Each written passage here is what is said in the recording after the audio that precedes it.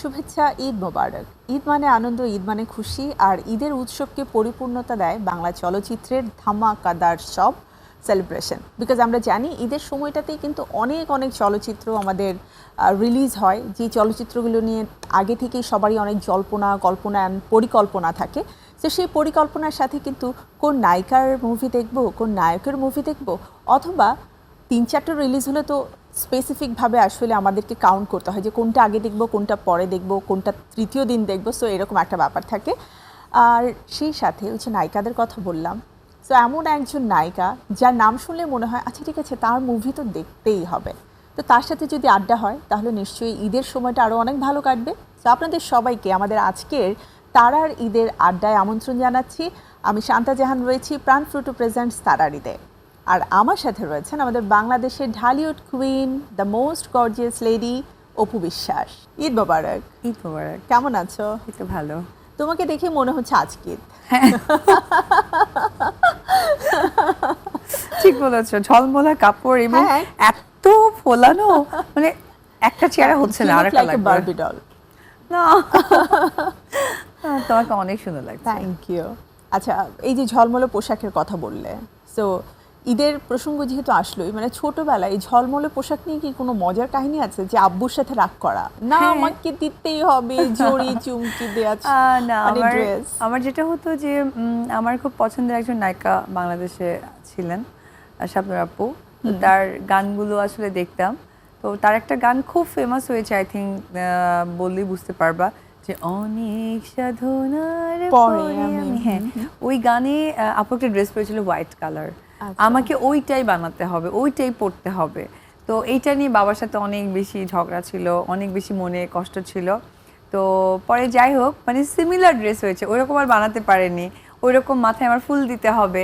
আমি সবসময় না আপুর ড্রেসগুলো ফলো করতাম, ঝলমলাগুলো খুব পছন্দ করতাম। কিন্তু যখন দেখতাম বান্ধবীরা বেশি ঝলমলা কিনেছে, আমি একটু অপোজিট পড়তাম, যে না ঠিক আছে, I have to B different. আচ্ছা, আমি যতটুকু জানি তোমার মানে একটা ড্রেস একটা সেট হলে ভালো লাগতো না, ইভেন সেটা স্কুল ড্রেসও, যে 3-4টা সেট হতে হবে। কি করে জানলা? এটা তো বলা যাবে না, বুঝতেই পারছি। এরকম অনেক অনেক সিক্রেট খবর আমার কাছে আছে। তো এইটা কি মানে ড্রেসের ক্ষেত্রেও যে না ঠিক আছে, এটা আমার খুব পছন্দ হয়েছে, এটা আমি 2-3টা পেয়ার কিনে ফেললাম? না না, ড্রেসের ক্ষেত্রে এটা মোটেও ছিল না। স্কুলের ক্ষেত্রে এই কারণে ছিল, কারণ স্কুল ড্রেস আমাদের সেমই পড়তে হয়, সেম কালার পরে যেতে হয়। আর আমি তো সরকারি স্কুলে পড়তাম। তো আমাদের তো স্কুল তো বিশাল বড় ক্যাম্পাস ছিল, ইয়াকুবিয়া বালিকা উচ্চ বিদ্যালয়। তো স্কুলে তো তোমার এসি ছিল না, খুব স্বাভাবিক, ফ্যান চলতো। তো আমরা দৌড়াদৌড়ি খেলাধুলা অনেক বেশি করতাম, সোয়েট হতো। তো সোয়েট হয়ে ধরো আমি সকাল 7টায় একটা ড্রেস পরে গেছি, বিকেল 4টায় বাড়ি ফিরছি। পরের দিন ওটাকে 7টায় পরা সম্ভব, আর গিয়ে ধুয়ে দিলে তো সেই ড্রেসটা শুকানো সম্ভব না, তার জন্য আয়রন করা সবকিছু মিলে। তো তার জন্য বাবাকে বলতাম যে আমাকে মিনিমাম 5টা ড্রেস কিনে দিবা, যাতে কিনা আমার ড্রেস পরতে প্রবলেম না হয়। আর বাবা এটা খুব পছন্দও করতো। মানে স্কুলের জন্য, স্কুল ড্রেসের প্রতি যে স্কুলের জন্য শুধু আমার একটা ড্রেস অনেকগুলো থাকতো। ওকে, সো আমরা ড্রেস নিয়ে আবারও আসতে চাই, বাট আপাতত চলচ্চিত্রের দিকে ফিরে যেতে চাই। ঈদকে কেন্দ্র করে তোমার নতুন ছবি রিলিজ হলো, প্রেম প্রীতি বন্ধন। মানে নামটার মধ্যেই খুব সুন্দর একটা ব্যাপার আছে। একদম ঠিক, মানে সামাজিক ফিল্ম বলতে আমরা যেরকম বুঝি তেমন একটা টাচ, রোমান্টিক অ্যাকশন, একদম মানে অ্যাকশন আছে এন্ড রোমান্টিকও আছে। সো এই সিনেমার মধ্যে সবকিছুই তোমার বিদ্যমান আর কি। ওকে, সো মানে ঈদে যে মানে মুভি রিলিজ হলো, এটার জন্য এক্সাইটমেন্টটা কেমন কাজ করছে? বিকজ কোভিডের কারণে কিন্তু অনেক ধরনের একটা বিরতি গেছে আমাদের। তোমার 2 ইয়ার্স কোভিড ছিল, আর আরো বিগত 2 ইয়ার্স যদি বলতে চাও, আমার বেবির কারণটা ছিল। সবকিছু মিলে 4 বছর আমার ঈদে কোনো সিনেমা রিলিজ হয়নি। তো আমি এটা নিয়ে একটু আপসেট বলবো না, মানে হয় না যে এত কাজ হতো আমার, একটা সময় ঈদে আমার 4-5টা সিনেমা রিলিজ হতো, সেখানে সেই মানুষের একটা সিনেমা রিলিজ হচ্ছে না, হিট ব্লকবাস্টার চলচ্চিত্র। তো সেই জায়গা থেকে না মানে একটু মনে মনে কষ্ট লাগতো। আবার ভাবতাম যে ঠিক আছে, সময়ের সাথে তো মানুষকে মানিয়ে চলতে হয়।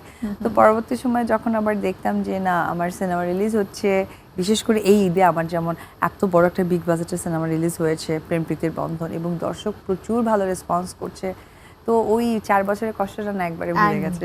এবং এখন কোভিড নিয়ে কোনো রেস্ট্রিকশন নেই, অন্যান্য সব রেস্ট্রিকশনও উঠে গেছে, দর্শকরা হলমুখী রয়েছে। সো আমার মনে হয় যে রেসপন্সটা অনেক বেশি ম্যাসিভ আকারে আসবে। যেহেতু একটা লম্বা গ্যাপের পরে তোমার অডিয়েন্স, তোমার ফ্যান ফলোয়ার্স যারা রয়েছে তারা তোমাকে পাচ্ছে। এখানে জুটিবদ্ধ হয়েছো কার সাথে?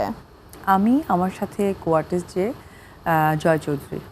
আচ্ছা, অপু তো most senior and most successful একজন মানে শিল্পীর দিক থেকে, একজন অ্যাক্ট্রেসের দিক থেকে, যে তোমার অভিজ্ঞতা অনেক বেশি। সো জয় সেই দিক থেকে অনেকটাই হচ্ছে, আমি নতুন বলবো না, কিন্তু এখনো পর্যন্ত নিজের বেসটাকে তৈরি করার জন্য স্ট্রাগল করে যাচ্ছে। তো তোমার ওর সাথে কাজ করার এক্সপিরিয়েন্সটা কেমন ছিল? প্রথমত জয়ের মধ্যে যে জিনিসটা আমার ভীষণ ভালো লেগেছে, ওর না জানার বোঝার মানে প্রবণতাটা অনেক বেশি। ও একটা শর্ট দিয়ে এসে আমাকে বলতো, অপু দি এটা ভালো হয়েছে বা এটা কেমন করে দিলে ভালো হয়, এবং ওর আগ্রহটা প্রচণ্ড, যেটা একটা কাজের জন্য অনেক বেশি ইম্পর্ট্যান্ট। তো সেই জায়গাটা আমার কাছে, আমার অভিজ্ঞতা থেকে মনে হয়েছে এটা অনেক পজিটিভ একটা সাইনিং ওর জন্য, ওর কেরিয়ারে। আর সাথে সাথে ওর সাথে কাজ করতে গিয়ে আমি দেখেছি ও খুব ট্রাই করতো যে কিভাবে ভালো অ্যাক্টিংটা করা যায়, যেহেতু আমি ওর অনেক সিনিয়র, অনেক কাজ করেছি। এবং ওর সাথে আমার ফার্স্ট যদি স্ক্রিন শেয়ার করা বলা হয় তাহলে হিটম্যান নামে একটি সিনেমা, যেখানে আমার কো-আর্টিস্ট শাকিব খান ছিলেন, সে হয়তো অন্য আরেকজনের কো-আর্টিস্ট ছিলেন, বাট একই চলচ্চিত্র, একই চলচ্চিত্র ছিল। তো সেই জায়গা থেকে ওর মানে ইচ্ছা শক্তিটা এমন ছিল যে সেখানে কিনা ওই নায়িকার সাথে আমি নায়ক করছি, দুজনই একদম মেইন ক্যারেক্টার, সেখানে আমার গুড এফোর্টটা কি হতে পারে সেটা সে দিয়েছে। সো এটা ভেরি গুড, আমার অনেক ভালো লেগেছে। মানে সর্বোচ্চ চেষ্টাটা ওর ছিল। একদম। And definitely as a person Joy খুবই ভালো একজন ছেলে। আচ্ছা, এই যে সিনিয়র অ্যান্ড জুনিয়র, অনেক ক্ষেত্রে আমরা দেখি যে কেমিস্ট্রি মানে ক্রিয়েট হতে একটু সময় লাগে, অথবা অডিয়েন্সের কাছে ওটার রেসপন্সটা পেতে একটু সময় লাগে। তোমার কি মনে হয় যে তোমাদের এই জুটিটাকে অডিয়েন্সরা আসলে কিভাবে নেবে, রেসপন্সটা কেমন পেতে পারো? মানে ইনফ্যাক্ট অনেকে তো নিশ্চয়ই ইতিমধ্যে রিভিউ তোমাকে দিয়েছে। দেখো, আমার কাছে মনে হয় চলচ্চিত্র মানে হচ্ছে ইটস এন্টারটেইন, এর বিকল্প কিছু নেই। আমরা যদি পাশের দেশ বলিউড চিন্তা করি তাহলে দেখো, দীপিকা পাডুকোন সাইফ আলী খানের সাথে কিন্তু নায়ক নায়িকা করেছে লাভ আজকাল, রাইট? সেখানে সাইফ আলী খানের মেয়ে সারা আলী খান কিন্তু তোমার রণবীর সিং এর সঙ্গে কিন্তু সে কাজ করেছে। তো আমার কাছে মনে হয় যে দেখো, এইসব সিনিয়র জন থেকে ইম্পর্টেন্ট হচ্ছে যে আমার ক্যারেক্টারের সাথে কাকে যায়, আমি কাজ কতটা সাকসেসফুলি প্রেজেন্ট করছি, এবং আমাদের এন্টারটেইন দর্শক কিভাবে নিচ্ছে, এটা হচ্ছে আমার কাছে মোস্ট ইম্পর্টেন্ট। আমি নিজেও কিন্তু মান্না ভাইয়ের সাথে কাজ করেছি। যখন আমি মান্না ভাইয়ের সাথে কাজ করেছি তখন মান্না ভাই একদম হিরো আর করছেন না, কিন্তু কোথায় জানি কোন একটা ক্যারেক্টারে মনে হয়েছে যে আচ্ছা অপু আমার সাথে করুক, তাহলে ভালো হবে। সো আমার কাছে মনে হয় যে ইম্পর্টেন্ট দর্শক কতটা আনন্দ পাচ্ছে এবং বিনোদন পাচ্ছে, চরিত্রের সাথে তোমরা আসলে নিজেদেরকে কতটা মানিয়ে নিতে পারছো, এটাই বেশি ইম্পর্টেন্ট হয়ে দাঁড়ায়। বাট ওই যে কেমিস্ট্রি তৈরির কথা বললাম, মানে প্রেম ভালোবাসার চলচ্চিত্র, তো এখানে রোমান্টিক সিন তো ছিলই। তো জয় থাকলে অবশ্য বেশি ভালো হতো। প্রশ্নটা জয়কে আমি করতে পারতাম, যেহেতু জয় তোমাকে দি ডাকে, তো সেই জায়গা থেকে ওই রোম্যান্স করার সময় আসলে ও কি কোনোভাবে, তুমি তো অনেক এক্সপিরিয়েন্স, তো আমার মনে হয় যে তোমার ক্ষেত্রে ওটাকে ওভারকাম করা অনেক বেশি ইজিয়ার। না, দেখো, জয়ের ভিতরে আমি একটা পজিটিভিটি ভীষণভাবে খেয়াল করেছি। সম্পর্ক বা সম্মান যেটাই হোক না কেন, প্রফেশনাল জায়গাটাও অনেক বেশি মানে প্রফেশনাল ছিল। লাইক যখন ও দেখছে যে আমি তার হিরোইন, আমাকে প্রেমের ডায়লগ দিতে হচ্ছে, আমাকে এমব্রেস করতে হচ্ছে, বা আমাকে রোম্যান্টিক সিনটা করতে হচ্ছে, খুব সুন্দরভাবে সে করেছে। এবং কাট শট, আবার দুজনে বসে দিয়ে এটা করবে ওটা করবে, আবার ওর নাম জয়, আমার ছেলের নাম জয়, ওটা নিয়ে সে ফান করতো। তো আমার কাছে মনে হয় এটা খুবই ভালো একটা পজিটিভ সাইনিং। সো এটা আমার মনে হয় যে সমস্ত আর্টিস্টের ক্ষেত্রে থাকা উচিত। এবং অনেকের ধারণা হয় এরকম যে আচ্ছা নায়ক নায়িকা মানে প্রেম করতে হবে, ওয়াই, কেন? আমার কথা হচ্ছে যে আমি যদি কোনো জায়গায় জব করি, জবে যদি আমার কোনো বস থাকে, তো বস মানে কি সে আমার বাবার সমতুল্য? কিন্তু ফ্রেন্ড হতে পারে। কথাই তো বলে হচ্ছে প্রেম না করলে চলচ্চিত্রে নাকি কেমিস্ট্রি ক্রিয়েট হয় না। একদমই ভুল। যেমন তুমি যেমন বললে যে আমাদের পার্শ্ববর্তী দেশের মুভি নিয়ে একটা এক্সাম্পল দিলে, তেমন এক্সাম্পলের দিকে যদি আমরা তাকাই, তাদের রিয়েল লাইফ নিয়ে কিছু কিন্তু মুভি আছে যেখানে দেখায় যে হিরোইন হয়তো অনেক জুনিয়র, হিরো হচ্ছে অনেক সিনিয়র, সো তাদের মধ্যে কেমিস্ট্রি ক্রিয়েট হচ্ছে না, তারা কিন্তু কেমিস্ট্রি ক্রিয়েট করার চেষ্টা করছে, মানে বিহাইন্ড দ্য সিন। তো এরকম কি আমাদের বাংলাদেশে হয়?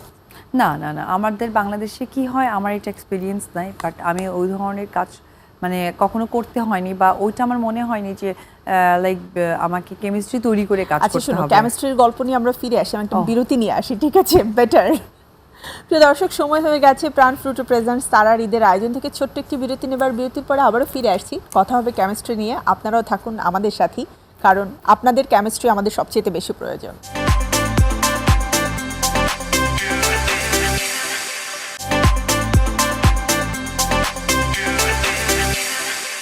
বিরতির পরে ফিরে এলাম প্রাণ ফ্রুটো প্রেজেন্টস তারার ঈদে, সাথে রয়েছে ঢালিউড কুইন অপু বিশ্বাস, আর কথা হচ্ছিল কেমিস্ট্রি নিয়ে। সো আমি একটু গল্পে ফিরে যেতে চাই। এই যে বললে যে আমাদের দেশে এরকম হয় না বা তোমাকে ওই ধরনের এক্সপিরিয়েন্স নিতে হয়নি, একদম প্রথম যখন আসলে একদমই নতুন অপু, তখন তো নিশ্চয়ই এতটা ম্যাচিউর তুমি ছিলে না, একটা বাচ্চা আমি ব্যাপার ছিল। আমার একদম মনে আছে তোমার প্রথম টিভিসি যখন দেখলাম, ঠিক আছে, ওই টিভিসি দেখে তো মানে মেয়েটাকে একদমই নতুন, হ্যাঁ, যে একদমই নতুন, মানে এই মেয়েটাকে তো আগে কখনো দেখিনি। বিকজ আমার মনে আছে ওই সময়টাতেও আমরা চিন্তাই করতাম যে নতুন কুড়ি থেকে কেউ আসবে, শাপলা কুড়ি থেকে কেউ আসবে, কারণ হচ্ছে ওরা হয়তো নাচিয়ে অথবা অ্যাক্টিং করছে অথবা শিশু শিল্পী হিসেবে কাজ করছে, সেই জায়গা থেকে আসলে বড় পর্দায় আসা হয়। তো তোমার ওই সময়কার কেমিস্ট্রিটা কেমন ছিল আসলে? একটা কথা বলবো, আমার কোটি টাকার কাবিনটাই চলে আসছে, যেহেতু সিনেমা বলছো। আমি না একটু শাই ছিলাম, আবার শাই ছিলাম না, এটা বলতে পারো। শাই ছিলাম না অর্থে হচ্ছে আমি যেহেতু ছোট, মানে অনেক ছোট থেকে নাচ করতাম, ক্লাস 3 থেকে নাচ করতাম, এবং আমাদের অনেক গ্রুপ ডান্স হতো। তো আমি যখন সিনেমা এসেছে তখন ডেফিনেটলি ক্লাস 10-এ পড়ি, তো সুতরাং আমি অনেক ডান্স করেছি। আমাদের ধরো ডুয়েট ডান্স হতো, আমি আমার টিচারের সাথে ডান্স করেছি। তো সেই জায়গা থেকে মানে কারোর সাথে ডান্স করা বা কারোর সাথে অ্যাক্টিং করা আমার কাছে নতুনত্ব মনে হতো না। তবে হ্যাঁ, সিনেমার ক্ষেত্রে যে জিনিসটা মানে আমার কাছে নতুনত্ব মনে হয়েছে, লাইক এমব্রেস করা, আমি কাউকে চিনি না জানি না, তাকে আই লাভ ইউ বলতে হচ্ছে, তার জন্য কাঁদতে হচ্ছে, ওই ইমোশনগুলো আমার ক্রিয়েট হতো না। আমার একটা সিন মনে পড়ে যে আমার হিরোর সাথে দৌড়ে গিয়ে জড়ায় ধরতে হবে অ্যান্ড সার্কেল ট্রলি হবে।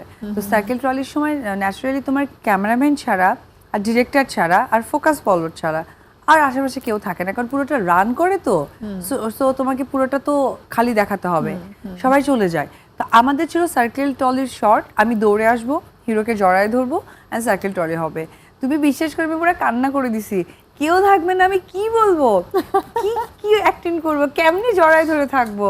তো ওই সময় আমাকে অনেক বেশি হেল্প করেছিল আমার ডিরেক্টর FI মানিক। উনি পরে বলছে, আরে বাবা এটা তো শুটিং, আচ্ছা ঠিক আছে। তখন আমি খেয়াল করে যে এত কিউট মানুষ, ভীষণ ভীষণ।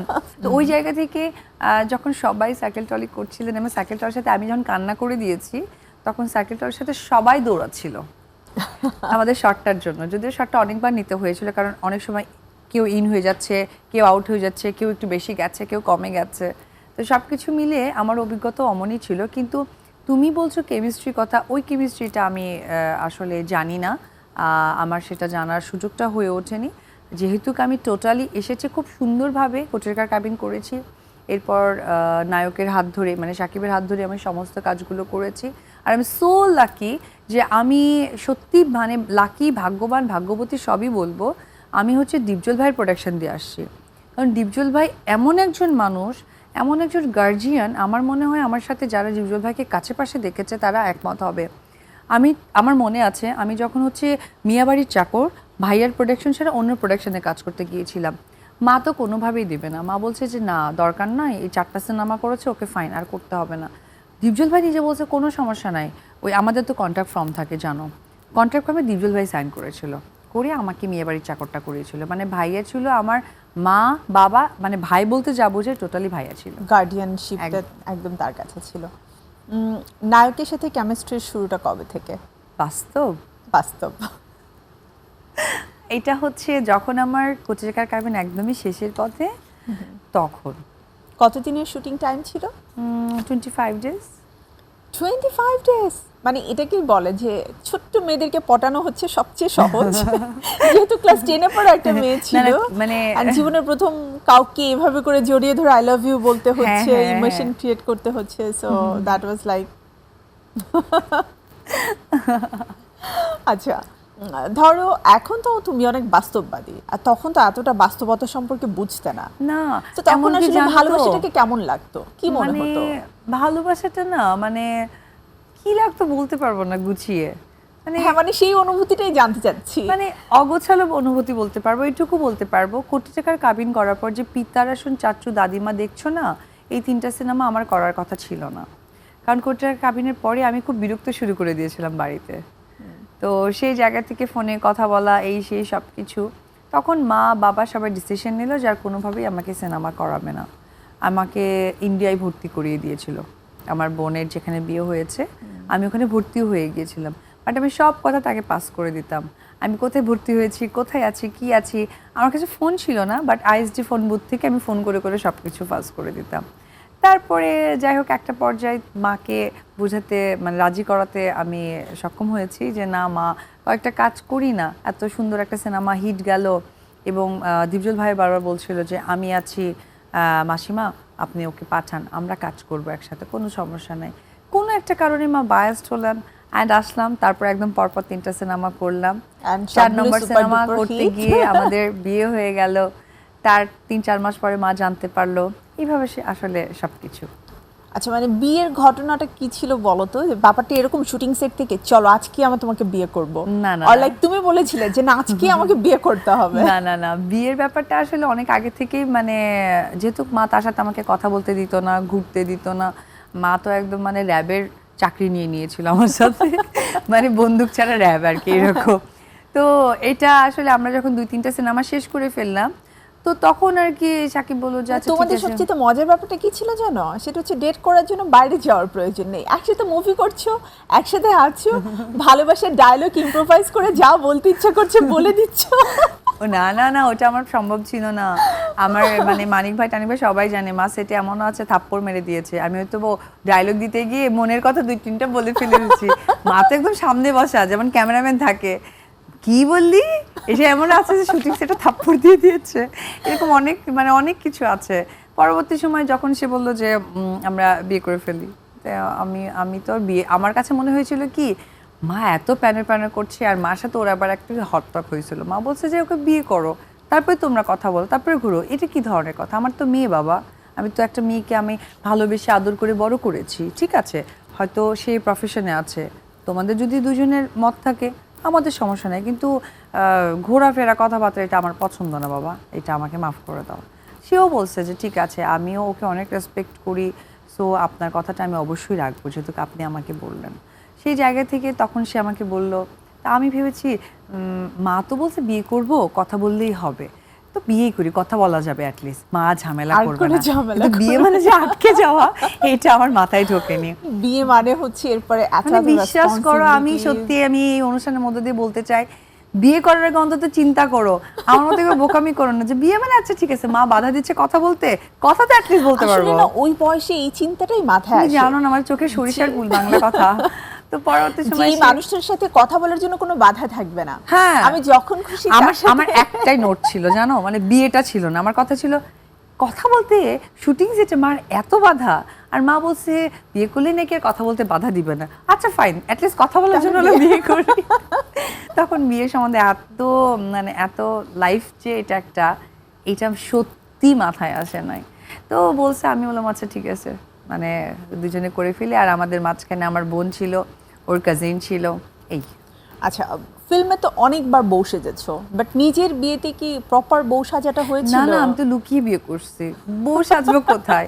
আমি তো সকালবেলা হচ্ছে আমার বোনকে বললাম কি করা যায়, তো আমার বোন বললো যে তুই, আমার বোন তো মনে হয় একবার মাকে বলতে চায়, একবার আমাকে ম্যানেজ করে। তার মাঝামাঝিতে আমার বোনই টুকটাক কিছু কিনেছে, কিনে টিনে ভাসাবি থেকে ও হচ্ছে আমার লেহেঙ্গা খুব পছন্দ, সে একটা লেহেঙ্গা নিয়েছে। আরো ফাসাবির মানে প্রমোশন হয়ে গেল যে অপু বিশ্বাস বিয়েতে কাদের লেহেঙ্গা পরেছেন। ওকে, তো যাই হোক, তো পরবর্তী সময় ওখান থেকে সে লেহেঙ্গা নিয়েছে। লেহেঙ্গা নিয়ে মজার একটা ঘটনা হচ্ছে, ও মানে এই লেহেঙ্গাটা ওর বাসার মানে ওর বিছানার নিচে ঢুকছিল না, আচ্ছা, খাটটা একটু মানে ডাউন, হ্যাঁ বড় তো- একটা হ্যাঁ, বক্সের box মধ্যে ছিল। আর হচ্ছে আর একটা ছিল ওর বাবা মার রুম যেটা ছিল, ওটার নিচের খাটটা একটু উঁচু ছিল, ওটাতে ঢুকে যেত। তো বলে না যে চোর চুরি করলে কিন্তু প্রমাণ রেখে যায়, হ্যাঁ। তো ওই দিনকে ও ওটা রেখেছে। তো মানে আমার শাশুড়ি মা সে ঘর ঝাড়ু দিতে গিয়ে লেহেঙ্গার বক্স থেকে তার মাথা নষ্ট, এই লেহেঙ্গা কি করবে, তাও তার রুমে না রেখে এই রুমে কেন? তো লেহেঙ্গা কি, তো একটা কিছু বলেনি। আর উনি ভাবছে যে হয়তো কোনো শুটিংয়ের প্রপস টপস হতে পারে, এখানে রেখেছে, ওনার মাথায় আসেনি এটা কি, কারণ এই লেহেঙ্গা তো আর তারা পরবে না, প্রচণ্ড ভারী লেহেঙ্গা। হ্যাঁ। তো পরবর্তী সময় উনি কিছু বলেননি। আর উনি সকাল থেকে নাকি মানে ও বলছিল আপনারা যান, একটা দাওয়াত ছিল, মানে আমার ওর ফুফাতো ভাই ছিল, যে ফুফাতো ভাইয়ের মেয়ের বার্থডে ছিল, এটা হচ্ছে গিয়ে মিরপুরের দিকে বার্থডে। বলছে তাড়াতাড়ি যান। যান না কেন, তাড়াতাড়ি যান। বলছি কি আল্লাহ আমরা তো নামাজ পড়বো, খাবো দাবো, তারপরে যাবো বিকালে অনুষ্ঠান। না না না, নিজেদের মানুষ আপনি আগে যাবেন। তো খুব আগে ভাগে সে পাঠাচ্ছে আর আমাকে নোটিস করতেছে, আর আমাকে বলছে তুমি বের হচ্ছে না কেন। আর আমি মাকে বলতেছি মা আমি না পার্লারে যাব, আজকে অনেক কাজ আসছে, আমাকে অনেক কিছু করতে হবে। তা মা আবার বলতেছে তুই যাবি পার্লারে, তো আমার বোনের কথা বলছে ও গিয়ে কি করবে। আমি বলছি না ও নাকি করবে, কেউ তো কালকেই আসলো পার্লার থেকে। তো আমি বললাম কালকে। আমি দিদি তুই না বললি কি করবি। এইরকম একটা কনভারসেশন, আমরা দুই বোন বের হয়ে গেলাম। তারপর ওদিক থেকে সে রেডি করলো, আর পার্লারেও গেলাম, লেহেঙ্গা পরলাম। তো কোথায় জানি সাজগোজ করা হলো না, একদমই নর্মাল গেলাম। এবং আমার মনে আছে একটা মজার ঘটনা, যখন কাজী সাহেব বলছিল একটু হলুদ লাগবে, তো রান্নাঘর থেকে অনেক সময় মরিচের গুঁড়া একটু তোমার ইয়ে টাইপের থাকে, একটু হলুদ টাইপের থাকে, ফুল লাল থাকে না। তুমি বিশ্বাস করো চামচ দিয়ে গুলে নিয়ে আসছে, যে এখানে জলে কেন, স্মেল দেখি মরিচের গুঁড়ো। বাহ, মানে মানুষের হলুদ দিয়ে বিয়ে হয়, অপু বিশ্বাসের মরিচ দিয়ে বিয়ে হয়েছে। খুব ইন্টারেস্টিং এই ঘটনাটা। নিশ্চয়ই আসলে এইভাবে অন্য না আমার কখনো বলা হয়নি, বাট তুমি এমন ভাবে বলে ফেলছো আমি নিজেই বলে ফেললাম। আরো অনেক কিছু জানার আছে, আমি আরেকটা বিরতি নিয়ে আসি, ঠিক আছে? আর প্রশ্ন রেডি করতে থাকি। তো প্রিয় দর্শক সময় হয়ে গেছে আরো একটু বিরতি নেবার। বিরতির পরে আবারও ফিরে আসছি আমাদের আয়োজন প্রাণ ফ্রুটো প্রেজেন্টস তারা ঈদে। সাথেই থাকুন বাংলা টিভি।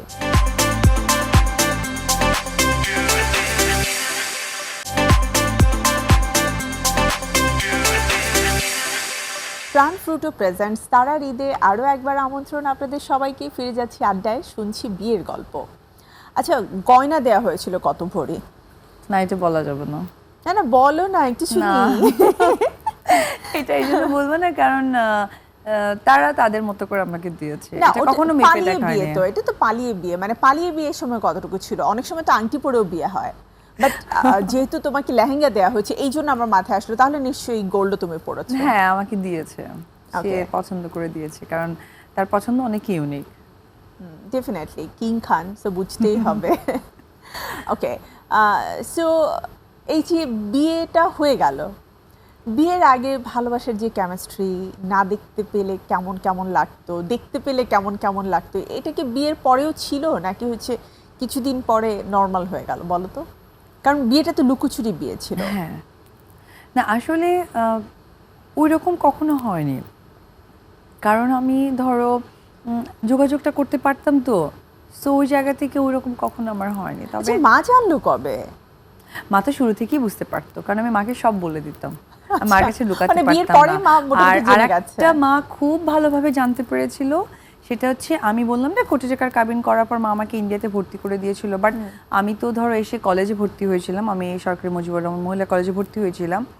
তো ওখানে ভর্তি হওয়ার পর আমি যখন ফুললি মারা ডিসাইড করে ফেললো যে আমাকে আর সিনেমায় ব্যাক করাবে না, তো আমি তো কলেজে ভর্তিও হয়েছিলাম, কারণ সিনেমার পর অনেক 1-2 মাসের ব্রেক ছিল, তখন আমি রেজাল্ট আউট হয়েছে, তখন আমি ভর্তি হলাম। সে যেটা করতো তোমার কলেজে যেত, আমার ওখানে মানে শুটিং ফাঁকি দিয়ে বগুড়াতে গিয়ে কলেজে যেত। তা আমার বান্ধবীরা আছে না, তারা সব গিয়ে বলতো মাসিমা জানেন না ওই যে নায়কটার সাথে কাজ করছে না, ওই নায়ক তো কলেজের সামনে এসে অনেকক্ষণ দাঁড়িয়ে আছে। মা বলে কি? আমাকে বলতো তাই? আমি বলছি না মা ও মিথ্যে কথা বলে। বলে কি এই মিথ্যে কথা বলিস কেন? তখন ওর একটা প্রিমিয় গাড়ি ছিল, এবং গাড়িটার স্পেশালিটি হচ্ছে ওর চাকায় অ্যালোরিং লাগানো ছিল, মানে তোমার চাকা বন্ধ হয়ে যেত বাট অ্যালোরিংটা ঘুরতে থাকতো খুব স্পিডে, এটা খুবই সুন্দর ছিল। তো বলে কি এরকম একটা চাকায় ঘুরতে না, তো মাত্র নোটিস করা আছে। আমি তোরা বলবি এত ডিটেলে বলার কি আছে, একটু একটু করে বলছি। মানে কিছু কিছু ক্ষেত্রে বান্ধবীরাই দেখবে যে সব খবর সব মানে মা বাড়িতে পৌঁছে দেওয়ার জন্য যথেষ্ট। না না আমার যে খুব ক্লোজ বান্ধবী ছিল সিমি, ও হচ্ছে মানে মাকে বলতো যে মাসি মার হাতের আবার রান্না অনেক ভালো, তো মা আবার না ওকে আবার আমার হচ্ছে কি স্পাই হিসেবে রাখতো, সেটার আমি বুঝতাম না। আমি তো একটু সরল টাইপের, আমার মনের কথা সব ওকে খুলে মুলে বলে দিতাম, জানিস আজকে ফোন করেছি, এই কথা হয়েছে, ওই কথা হয়েছে, এটা হয়েছে, আজকে এখানে আসবে, কো আচ্ছা আচ্ছা আচ্ছা তাই না। আর বান্ধবী আমি বিশ্বাস করে বলতাম, সে যে মাকে রান্না খাওয়ার কারণে সব কথা পাস করে দিত ওটা তো আমি জানতাম না। একটু ভালো খাওয়ার লোভে মানে ফ্রেন্ডরাও কতটা চিট করে, সব কথা মাকে বলে দিতাম পাই টু পাই। আমি যেভাবে বলতাম একদম পুরোটা, পারলেও 2-4টা বানায় বলতো। একটু বাড়িয়ে বলবে তো অবশ্যই। আচ্ছা, এটা তো প্রেম ভালোবাসা বিয়ে সবকিছু গেল, বর্তমান পরিস্থিতি বলো। বর্তমান তোমার আমার খুব প্রাণের একটি সিনেমা আমি প্রথম প্রযোজনা করছি, তোমরা সকলেই ইতিমধ্যে জানো, লাল শাড়ি। লাল শাড়ি। হ্যাঁ, এই সিনেমার হচ্ছে কি ব্যস্ততা নিয়ে প্রচুর সময় যাচ্ছে। আর দ্বিতীয়ত হচ্ছে যে আমি তোমার এই সিনেমার গান রিলিজ করে দিয়েছি, সকলের কাছে খুব ভালো একটা রেসপন্স পেয়েছি, এটা আমি তাদের কাছে কৃতজ্ঞতা জানাই। জয়ের সাথে কাটানো সবচেয়ে সুন্দর মুহূর্ত? সব সময়, কোনটা না, বিশেষ করে ইম্পর্টেন্ট হচ্ছে আমাকে ঘুম থেকে এসে জাগিয়ে তোলে। আচ্ছা। আর কি যে করে, মানে কি বলবো, প্রত্যেকটা সময় খুবই এক্সেপশনাল ওর জন্য। জয়কে নিয়ে ফিউচার কি প্ল্যান, মানে ও কি হবে, ফিল্মে আসবে লাইক, কারণ ও তো মানে না, বাই আসলে- বার্থ কিন্তু স্টার কিড। তো দেখা যায় বলে না যে মা বাবার রক্ত সন্তানের শরীরে প্রবাহিত হয়, সো জিনগত একটা দিক থাকে, স্বাভাবিকভাবেই ওর হয়তো ফিল্মের প্রতি বা এই ইন্ডাস্ট্রির প্রতি একটা আগ্রহ থাকবে। তো তোমার প্ল্যান কি? দেখো, আমি কিছু চাইলেই যে সে ওটা হয়ে যাবে তা কিন্তু নয়। বাচ্চারা এখন অনেক বেশি স্মার্ট, তাদের চাহিদাটাকে অনেক বেশি প্রাধান্য দেয়, এবং আমিও চাইবো যে সে যেটা চায় সেটাই আমি তাকে সাপোর্ট করব। বাট তারপরেও বাবা মার চাহিদা থাকে না। আমার মার ইচ্ছে ছিল যে সে যেন একজন বড় ডাক্তার হয়, তাও স্পেশাল যেন হার্টের ডাক্তার হয়।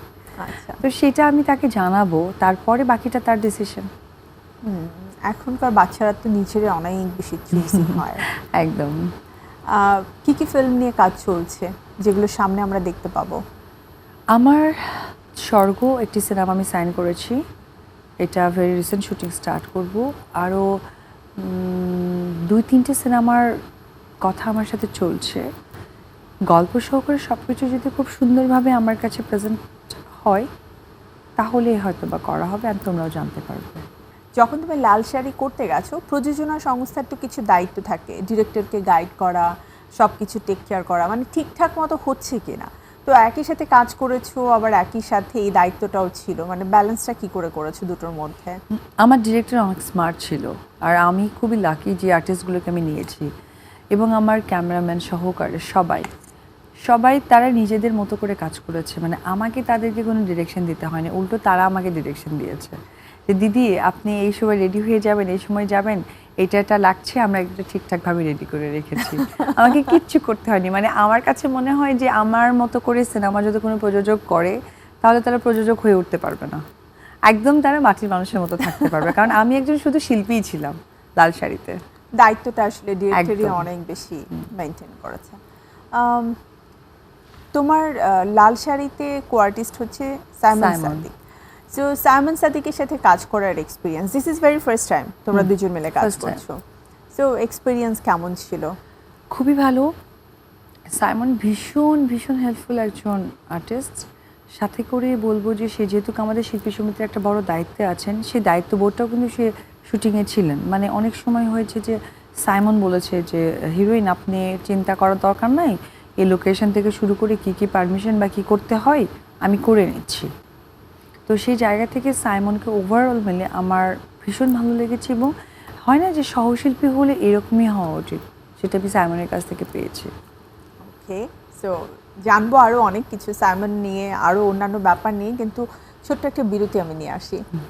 প্রিয় দর্শক, সময় হয়ে গেছে প্রাণ ফ্রুটো প্রেজেন্টস তারার ঈদের আয়োজন থেকে ছোট্ট একটি বিরতি নেবার। বিরতির পরে আবারও ফিরে আসছি বাংলা টিভিতে আপনাদের জন্য বিশেষ আয়োজনে, সাথেই থাকুন।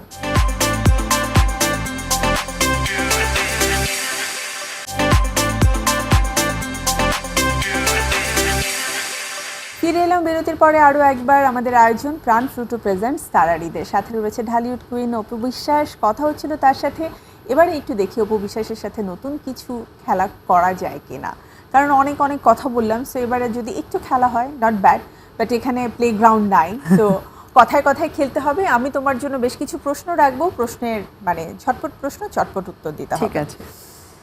অনেক প্রশ্ন, কোনটা রেখে কোনটা করব সেটা চিন্তা করছি। প্রথম প্রশ্ন, মজার প্রশ্ন করি। নিজের হাতের প্রথম যে রান্না, মুখে দিয়ে নিজেই বলেছি ইয়া কি রান্না করেছি? এটা ছিল তোমার চিকেন প্রিপারেশন। আচ্ছা। মানে আমি অ্যাকচুয়ালি মশলাটাকে যে কষাতে হয় ওটা না করে কি যে করেছি জানি না, চিকেনে একটা ব্যাড স্মেল ফিল হচ্ছে। আচ্ছা। পরে আমি কাউকে একটা সার্ভ করিনি। ওকে, প্রিয় নায়ক বাংলাদেশের? জাফর ইকবাল স্যার। বর্তমান সময়ের সবাই সবাই বললে তো হবে না। না, সবাই, কারণ আমি কাজ করব তো। আচ্ছা, নাম্বারিং করতে হবে।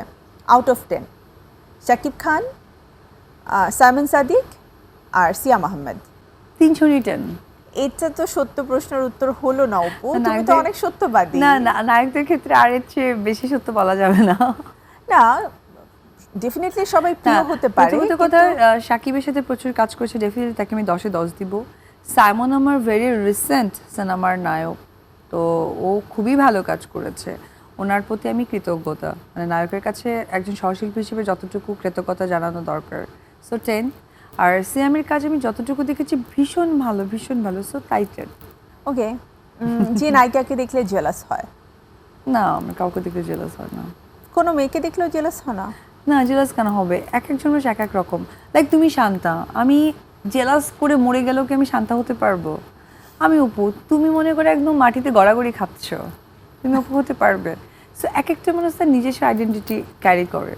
তো আমার কাছে মনে হয় যে তাদেরকে সাপোর্ট দেওয়া দরকার, ভালোকে ভালো, খারাপকে বলা দরকার, এটা করো, জেলাস হয় না। সিনেমা হলে গিয়ে মানে চুপি চুপি ছবি দেখা প্রথম? ময়নামতি। ময়নামতি, আচ্ছা। আমি আর চুপি চুপি দেখিনি, আমাকে নিয়ে যাওয়া হয়েছিল, আমি ঘুমিয়েছিলাম, শেষ হয়েছে, মা বাবা কাকা সবাই। ময়নামতির সাথে তো তোমার রাজ্জাক আঙ্কেল জড়িত, হ্যাঁ সেটাই সেই জন্য বলছিলাম। আমার মা, আর মা মানেই আমি, কারণ আমাকে বাসায় একা রেখে কোথায় যাবে, তা আমাকে যেতে হয়েছে। আচ্ছা, মানে লাইক হয় না প্রেম করার সময়, ধরো ও শাকিব আচ্ছা আচ্ছা, খানের ওই সময় movie, কথা বলছো? হ্যাঁ। আকসার। আচ্ছা, আকসার একটা মুভি ছিল না, হ্যাঁ যেটা আমি সাকিব দার্জিলিং এ দেখেছিলাম। আচ্ছা, মানে ওটা একদম চুপি চুপি। হ্যাঁ, কিন্তু আজকে তো খোলা হয়ে গেল। আসলে হ্যাঁ, ওটার চুপি চুপি এই আমি থাকলো ভুলে না, গেছিলাম আমি বাট টিভিতে ওটা প্রোগ্রাম ওটা করছি। অ্যাকচুয়ালি মুভি ডেট ছিল। মুভি ডেট ছিল। ওটা অ্যাকচুয়ালি মুভি ডেট ছিল, কারণ সিনেমা হলে ডেট কেমন হয় সেটা আমরা সবাই জানি কম বেশি। না না, আমার বোন ছিল, আমরা সবাই ছিলাম, আমরা একসাথে গিয়েছিলাম। বাট তোমরা দুজন তো পাশাপাশি সিটে ছিলে, দুলাভাই নিশ্চয়ই মাঝখানে ছিল না। ওকে, ফিটনেস যদি বলা হয়, তুমি কি ফিটনেস ফ্রিক নাকি just normal? Normal. Fitness freak না? না, একদমই না। তো একদম লাইক দিশা পাটানি টাইপের ফিগার হওয়ার ইচ্ছা কি না, আমার কখনো কাছে জেগেছে? সারা আলী খানের ফিগারটা ভালো লাগে, মানে Okay. একটা মেয়ে মনে হয়। আর একজন নায়িকা হিসেবে এটাই হওয়া উচিত, কারণ দেখো একদম গুনে গুনে যেটা হয় সেটা আমার কাছে সামটাইম মনে হয় ইটস মডেল। কারণ আমি কাউকে মানে ওই নেগেটিভ বা পজিটিভ দিয়ে বলছি না, যেহেতু আমার কথা জিজ্ঞেস করছো। প্রত্যেকটা জায়গা হয় না যে ধরো একটা মডেল সে প্রেজেন্ট করে কোনো একটা প্রোডাক্টকে, আর একজন নায়িকা সে নিজেকে প্রেজেন্ট করে, সে তার মতো হতে পছন্দ করে। সো কারিনা কাপুর খান আমরা একটু বাল্কি ফিল দেখি, তো এটা সেই আর কি। ওকে, সো ওই ব্যাপারগুলো তোমার মধ্যে ভালো লাগে যে একটা হ্যাঁ। মেয়ের মধ্যে মানে একটা নারীত্বের ভাব থাকতে নায়িকার হবে। ভাব আমাকে দেখে যেন যে কেউ মানে আমাকে একজন নায়িকা ভাবে, একজন যেন গার্লফ্রেন্ড ভাবে, একজন যেন ঘরের বউ ভাবে, একজনের পাশের বাড়ির মেয়ে ভাবে, কেউ যেন মনে করে যে ও আমার ছোটকালের বোন ছিল, ছোটকালের বন্ধু ছিল, মানে আমাকে যেন বিভিন্ন ক্যারেক্টার সবার মধ্যে প্লে হয়। ওকে, সো এই ভ্যালেন্টাইন মানে এই রিসেন্ট যে ভ্যালেন্টাইন ডে গিয়েছে, কটা প্রপোজ মানে কি বলবো, কজন তোমাকে প্রপোজ করেছে? না, ওই অবধি আসেই না। সুযোগ পায় ইনবক্স, না। বাসায় না। ফুল?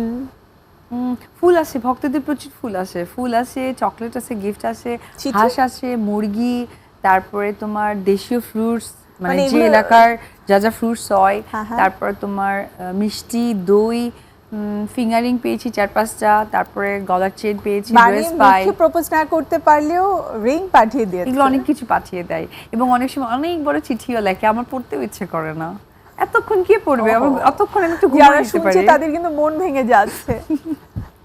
চিঠিটা ওপেন না পড়লেও কিন্তু যত্ন করে রেখে দেয়, কারণ হ্যাঁ, এগুলো একটা সময় ভক্তদের। কিন্তু স্মৃতি হিসেবে থাকবে, যেটা তোমার একদম। অবসর কাটতে অনেক মানে বেশি হেল্পফুল হবে। মানে আমি কিন্তু ভালো আমার ভক্তদের লাগবে। চকলেট বক্সগুলো রেখে দিই, মানে আমার এরকম জমা হয়ে যায়, কেন রেখে দিই বিভিন্ন রকমের। তুমি জানো কোকা কোলা চকলেটগুলো আছে না, ছোটবেলায় খেতাম, কোকা কোলা বিস্কিটগুলো আছে না তোমার 10 টাকা 11 টাকা হ্যাঁ, করে, হ্যাঁ। ওগুলো গিফট পাঠায় দেয়, আমি ওগুলো রেখে দিই, কারণ এগুলো তো অন্যরকম একটা ব্যাপার, এগুলো তো আমরা চাইলে ঢাকা শহরে পাই না, ওটা উনি যে এলাকা থেকে পাঠিয়েছে বা অন্যরা যেখান থেকে পাঠিয়েছে ওটা ওখানেই পাওয়া যায়।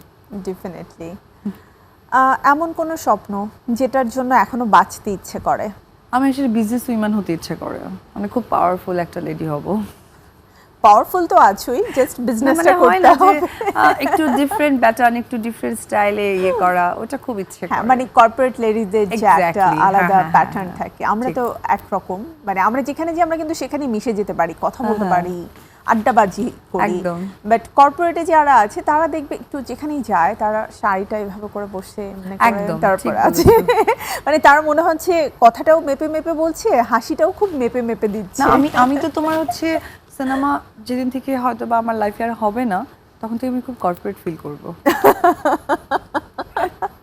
আচ্ছা, জয়ের স্কুলে যখন যাও তখন আসলে অন্য ভাবিদের মধ্যে কেমন কাজ করে, মানে একজন আরেকজনকে খোঁচা দিয়ে বলছি দেখ দেখ দেখ উপবিশ্বাস এসেছে, ঠিক আছে? না, জয়ের স্কুলে জয়ের যারা ক্লাসমেট বা যারা প্যারেন্টসরা, তারা টু মাচ স্মার্ট, এবং তাদের ওই টাইমই নাই যে মানে আমাকে গিয়ে বলতে হয় আমি উপবিশ্বাস।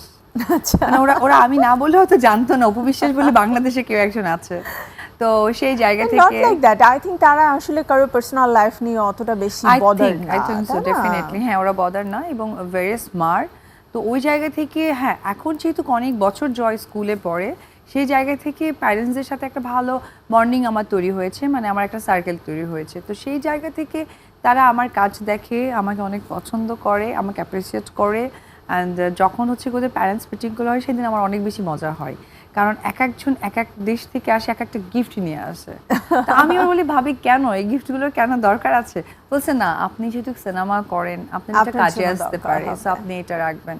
আমি বলি কি, মানে ওনারা 7-8 জন মিলে আমাকে একজন দিয়েছে। আমি বলছি, ভাবি তাহলে আমার তরফ থেকে তো বেশি ক্ষয়ক্ষতির মধ্যে পড়তে হচ্ছে কি কেন? আমি বলছি, আমাকে 7টা ভাবিকে দিতে হচ্ছে আর আপনারা একজন ভাবি করে আমাকে দিয়েছেন। পরে এটা নিয়ে মহা হাসাহাসি হয়, ভালো একটা সময় কাটে। আসলে এই সময়গুলো না ডিফারেন্ট, মানে বাচ্চাদের স্কুলে গেলে মানে মা হিসেবে যদি অনেকের মধ্যে একজন হওয়া যায়, এটাতে কিন্তু বাচ্চাও অনেক প্রাউড ফিল করে। জয় হয়তো এখন অনেক ছোট, বুঝবে না, কিন্তু একটু যখন বড় হতে থাকবে ও দেখবে ও কিন্তু আরো অনেক বেশি মানে বাচ্চাদের মধ্যে নিজের মাকে মা হিসেবে পরিচয় করিয়ে দিতে, অ্যান্ড সেই মা যদি একটু ভিন্ন রকম কিছু হয়, নিজে স্বাবলম্বী হয়, বাচ্চারা অনেক বেশি প্রাউড ফিল করে। মানে এটা আমি হয়তো আমার বা। বাচ্চাকে দিয়ে দেখেছি। মানে আমি কে কি সেটা নিয়েও বাসায় একদমই বদার্ড না, বাট যখন লাইক টিপিক্যাল মাদারদের মধ্যে আসলে অনেককে দেখে, তখন হয়তো আরেকটা বাচ্চাকে সান্ত্বনা দিচ্ছে, আচ্ছা ইটস ফাইন, মায়েরা এমনই হয়, আমার মা তো একটু ডিফারেন্ট, বিকজ আম্মু বাস্তববাদী, আর লাইক আম্মু নিজে স্বাবলম্বী, এই জন্য বুঝে। তো মাকে তো অন্য কারোর উপরে ডিপেন্ড করতে হয়, বাবার মানে ডিরেকশন শুনতে হয়। সো এগুলো না আমার খুব মজা লাগে যে wow, যে আমাদের বাচ্চারা আসলে এই জন্য কিন্তু ঠিক, অনেক ঠিক। ম্যাচিউরড হয়ে বড় হয়ে হ্যাঁ। ওঠে। সো ঈদের কথা আবারও ফিরে আসতে হয় যে ওভারঅল ঈদ আর কি কেমন কাটছে, কোনো প্ল্যান আছে ঈদের স্পেশাল? ঈদের আসলে সিনেমাটাই ইম্পর্টেন্স ছিল আমার কাছে, আর বাচ্চাকে একটু বেশ টাইম দেওয়ার, কারণ আমি তো কাজে মানে বিজিনেসে এত থাকি যে আমি বাচ্চাকে প্রপার টাইম দিতে পারি না। তো ওকে নিয়ে সারাটা সময়, এবং ও স্কুলে থাকে, ধরো সকাল 8টায় যায়, বিকেল 4টায় আসে, আমিও ওকে ঠিকঠাকভাবে পাই না। তো ঈদের সময়টাই আসলে ওর জন্য আমার বরাদ্দ করা। Perfect time. সো খুব ভালো লাগলো অপু, তোমার সাথে আড্ডা দিতে তো অলওয়েজ ভালো লাগে, আর আমরা এত এত আড্ডা দেই, অনেক কিছু আমাদের শেষ জানা হবে না। তো তোমার জন্য আমাদের প্রাণ ফ্রুটোর পক্ষ থেকে Oh. একটা গিফট হ্যাম্পার আছে। I Thank hope you. এটা জয় খুব পছন্দ করবে। এক্স্যাক্টলি। মানে মাথাটা তোমার জন্য, বাকি সবকিছু জয়ের জন্য। না, থ্যাংক ইউ ভেরি মাচ, খুবই ভালো লাগলো। থ্যাংক ইউ প্রাণ ফুটোকে ঈদের মানে একটু ক্যামেরায় তুমি আমাদের প্রাণ ফ্রুটোকে থ্যাঙ্কস দিয়ে দাও।